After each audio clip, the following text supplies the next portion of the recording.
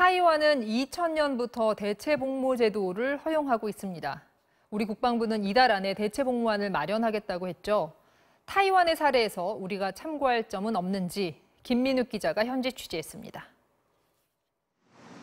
대만 타이베이 인근 신베이의 한 소방서입니다.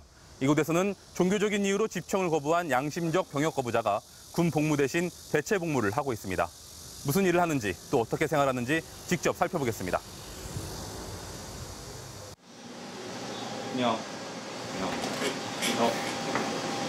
1999년생, 올해 만 19살인 궈팅하오 씨. 대만 남성에게 의무인 4개월의 군사훈련 대신 대체 복무를 하고 있습니다. 궈 씨는 여호와의 증인 신도입니다. 还有耶和华的仆人，就是不会参与战争，不会学习战事，而且会把刀。 상황실에서 출동 지령을 접수하거나 전화를 받는 업무, 청소나 장비 관리 등 보조 업무를 맡고 있습니다. 경우에 따라 화재나 구급 상황이 발생하면 일반 대원들과 함께 출동해 돕습니다. 在这里的工作必须24小时待命，而且即使在半夜，一旦有火警发生，那我们就必须马上冲至1楼执行我的任务。 소방서 3층에 위치한 생활공간입니다. 대체 복무자들은 이곳에서 일반 소방대원들과 함께 생활하면서 24시간 비상 상황에 대기합니다. 병역 거부자 입장에서는 실형을 사는 대신 사회에 봉사할 수 있는 기회가 생겼고 소방서는 인력 난속, 대체 복무자의 존재가 소중합니다.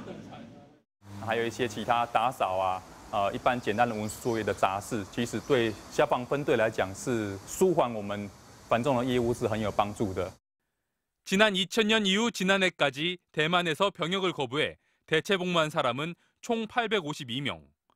이 중 90% 이상인 774명이 여호와의 증인 신도였고 불교 신도가 60명이었습니다. 현재는 20여 명의 양심적 병역 거부자가 대만 각지의 소방서에서 대체 복무를 하고 있습니다. 消防单位是比较属于这些社会服务的一个类别，它是负责这些救灾然后伤病患的救助。 대체 복무 기간은 6개월. 징병제에서 모병제로 전환 중인 대만에선 올해부터 4개월의 군사훈련만 받는데 이 훈련 기간의 1.5배인 겁니다. 이 직전까진 군복무 기간이 1년이었는데 양심적 병역 거부자들은 여기서 15일만 더 복무하면 됐습니다.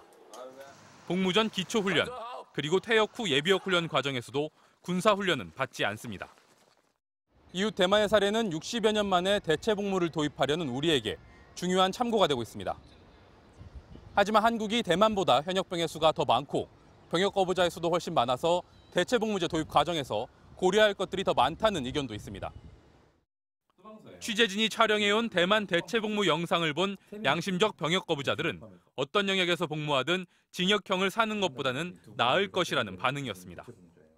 저런 이제 안전과 관련된 그런 활동들을 할 수 있다는 거에 있어서 어느 정도 괜찮지 않을까라는 생각이 굉장히 많이 들었습니다.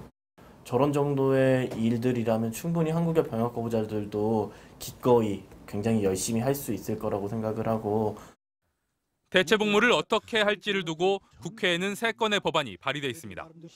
모두 공공 영역에서 복무하는 내용을 담고 있으며 복무 기간과 관련해선 2건은 현역병의 1.5배, 1건은 2배를 제시하고 있습니다. 징벌처럼 여겨져서는 안 된다. 그러면서 기간에 대해서 이야기할 때 1.5배 정도 적당하다. 이런 의견들을 낸 경우들이 있어요. 하지만 아직도 양심적 병역 거부가 병역 기피 수단이 될 수 있다는 우려 때문에 대체 복무의 기간을 현역의 2배 이상으로 하고 복무 강도도 강해야 한다는 의견이 있습니다. 실제로 기독교계 시민단체와 변호사들은 현역 복무 기간의 2배, 지뢰 제거 작업 복무를 제한하기도 했습니다. 심사를 어떻게 할지도 문제입니다.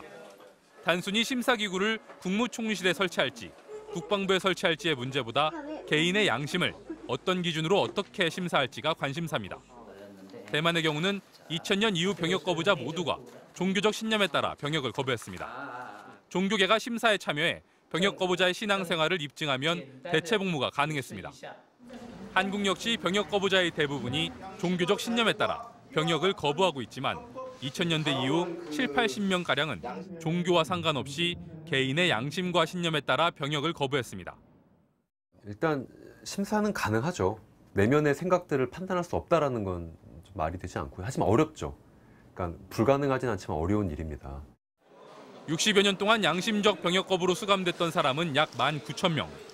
국방부는 지난 2일 병무청 법무부와 함께 실무추진위원회를 꾸리고 또 민간자문위원회를 발족시켰다고 발표했습니다. 8월 안에 대체 복무안을 마련하겠다는 게 목표입니다. 하지만 형평성을 둘러싼 다양한 의견을 조율하고 결론을 내기엔 한 달이라는 시간은 결코 길지 않아 보입니다. MBC 뉴스 김민욱입니다.